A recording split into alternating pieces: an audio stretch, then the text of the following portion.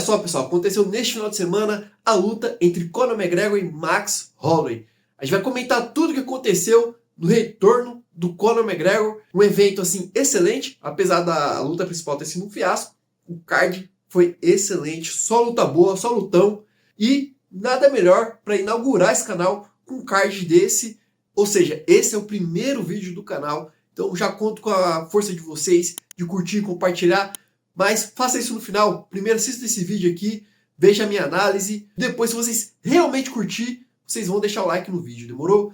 Então é o seguinte, vamos para a análise. E vamos começar falando do que interessa, né? A luta principal. Conor McGregor versus Max Holloway. Aqui é muito simples, né? Na verdade, não teve luta.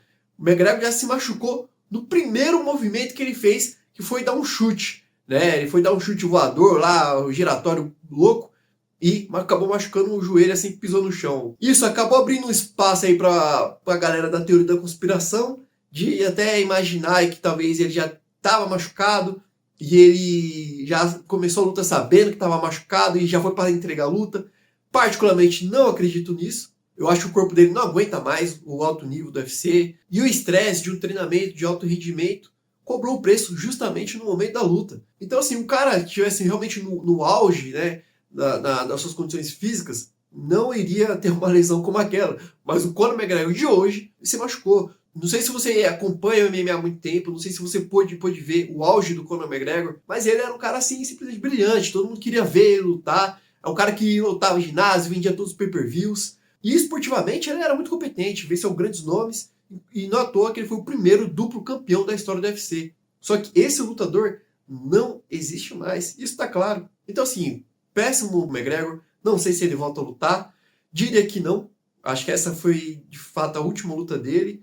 E ruim também pro Max Holloway, né, porque com essa vitória ele simplesmente não avança em nada. Ele chegou a falar que talvez vá se manter no meio médio. Já vimos o lutador dizer uma coisa e fazer outra na prática, talvez esse seja o caso, porque acho que ele não tem porte nenhum de meio médio, mas mesmo que ele fique com peso leve, ele também não vai conseguir pleitear uma disputa de cinturão com uma vitória como essa. Então sim, essa luta acabou sendo ruim para ele. Uma luta que, se ela realmente tivesse acontecido, ele tinha condições de vencer e ficaria um cara assim com a moral gigantesca. Mas no final das contas, quem acabou, acho que, se beneficiando com isso é o Charles Bronx, que não tem ali uma concorrência forte para disputar o cinturão, né? Que o Charles Bronx pode vir a enfrentar o Justin Gaethje numa revanche, e Charles Bronx tem totais condições de vencer e se tornar o campeão novamente do peso leve.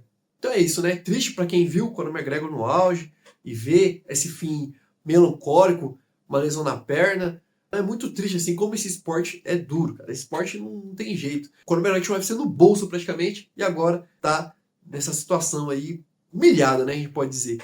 Agora, falando de outras lutas importantes do evento, a co-luta principal, a gente teve Benoit Saint-Denis enfrentando Paddy Pimblett. A luta foi extremamente rápida e o Benoit Saint-Denis foi extremamente burro. Eu tenho que falar aqui, porque o bicho simplesmente entrou em queda, com o pescoço para fora, enfrentando um jiu-jiteiro, que é o Paddy Pimblett, com uma técnica absurda, né? Talvez, assim, a gente tem que destacar também o mérito do Paddy Pimblett. Então foi a junção, né, do alto nível de jiu-jitsu que o Paddy Pimblett tem com a burrice do Benoit Saint-Denis. E deu match, simplesmente deu match.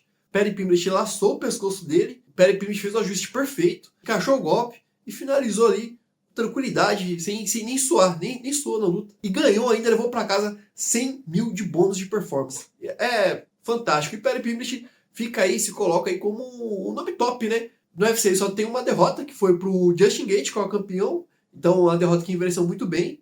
E vem cada vez mais se provando como um cara relevante. Muita gente tinha dúvida dele, inclusive eu. Mas tem que respeitar o nome dele agora, né? E pro Benoit Saint-Denis, que resta pra ele aí, sou um porteiro aí, um top 10. Mas pra mim tá claro que o topo do UFC não é pra ele não se cria lá.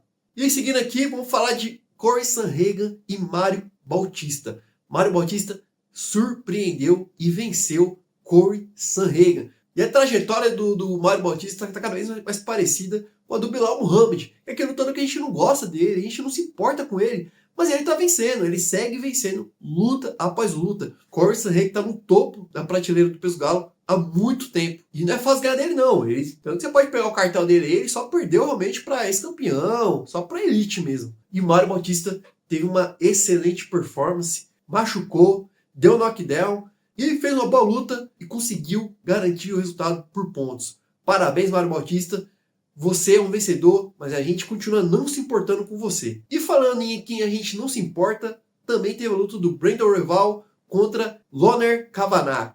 E o Brandon Royval, o caso dele é bem curioso, né? Porque, beleza, Mário Bautista e o Belal Muhammad são atletas que só fazem lutas chatas, né? Lutas monótonas. Porém, o Brandon Royval, ele só faz um lutão. Ele fez uma luta excelente, venceu. Ele fez uma luta excelente também contra o Joshua Van, um lutaço mesmo. Tudo bem, cara, ele perdeu, mas ele levou luta pro Joshua Van. E mesmo assim a gente não liga pro cara. É impressionante. E quando eu falo a gente, eu tô me incluindo nessa. Porque eu sei que amanhã vão colocar o Brandon Royval na luta principal do Apex e eu vou falar, putz, essa luta aí não, nada a ver. Essa vai ser a minha reação, entendeu? A gente não liga pra ele. É uma pena, mas é verdade. Mas assim, continua fazendo essas lutas aí, lutas divertidas, muito boa mesmo. E é isso, não tem mais o que falar não. Vamos para a próxima luta, que é a luta do Bob Green. Bob Green enfrentou Terrence McKinney. Bob Green é um que a gente gosta, que só faz luta boa e a gente gosta. A gente gosta muito dele. Ele foi lá, baixou a guarda, tomou porrada, sangrou. Mesmo tomando porrada, chamou o Terrence McKinney para cima para bater mais. Tomou um prejuízo absurdo no começo da luta. Na verdade, ele apanhou o round inteiro, o primeiro round inteiro. Quando foi só no finalzinho do primeiro round, ele consegue colocar uma combinação, acerta o bucho do Terrence McKinney. O Terrence McKinney não aguenta, cede e cai morto.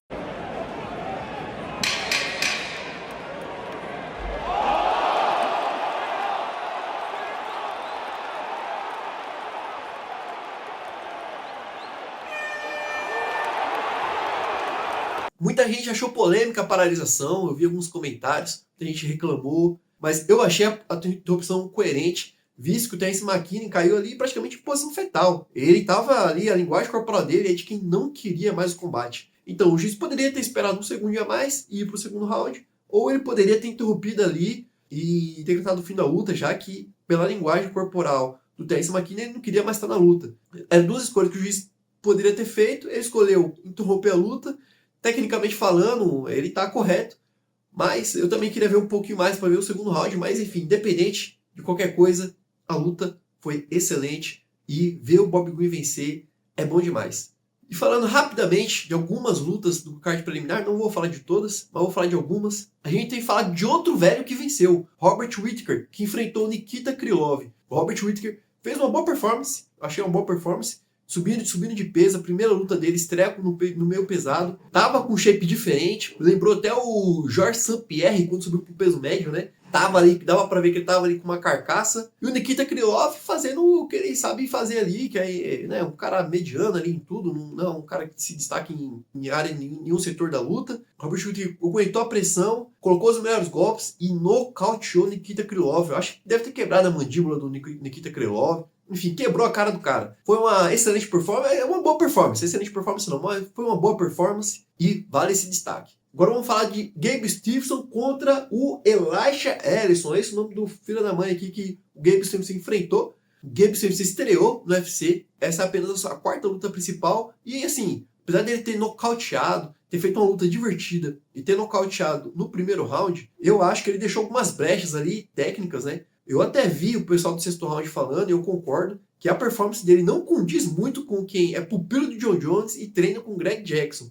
Porém, eu acho que é uma questão de amadurecimento. Ele é muito novo no esporte, vai aprender com essa luta e a expectativa aí que ele performe cada vez melhor aí dentro da organização. Mas mostrou muita valentia, mostrou que não tem medo de trocar porrada, que é muito rápido. E o Wesley a gente nem precisa comentar aqui, né? Então, boa performance também do Gabe Stevenson, que chega para dar choque nessa divisão. E a gente também tem que falar do Cody Garbrandt contra Adrian Yanez. E o Cody Garbrandt, quem viu esse cara ser campeão, sabe do fenômeno que ele foi.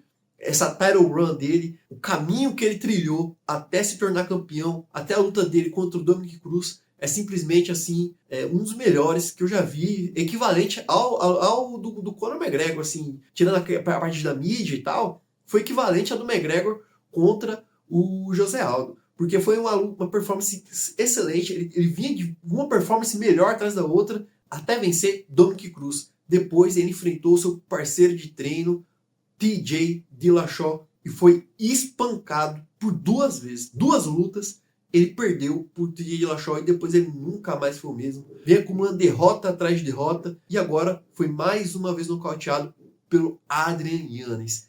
Eu não sei o que sobra, talvez seja caso de aposentadoria. Não sei se é isso que ele vai querer fazer, mas claramente o lugar dele não é mais no UFC. Infelizmente, não é nem questão de que ele não consegue competir no top 5 mais. Ele não consegue nem competir no top 10, nem no top 15 e não tem espaço para ele no UFC mais. Custando o que ele custa, entendeu? Então assim, o UFC deu todas as chances para ele se reinventar e tudo, mas ele não consegue.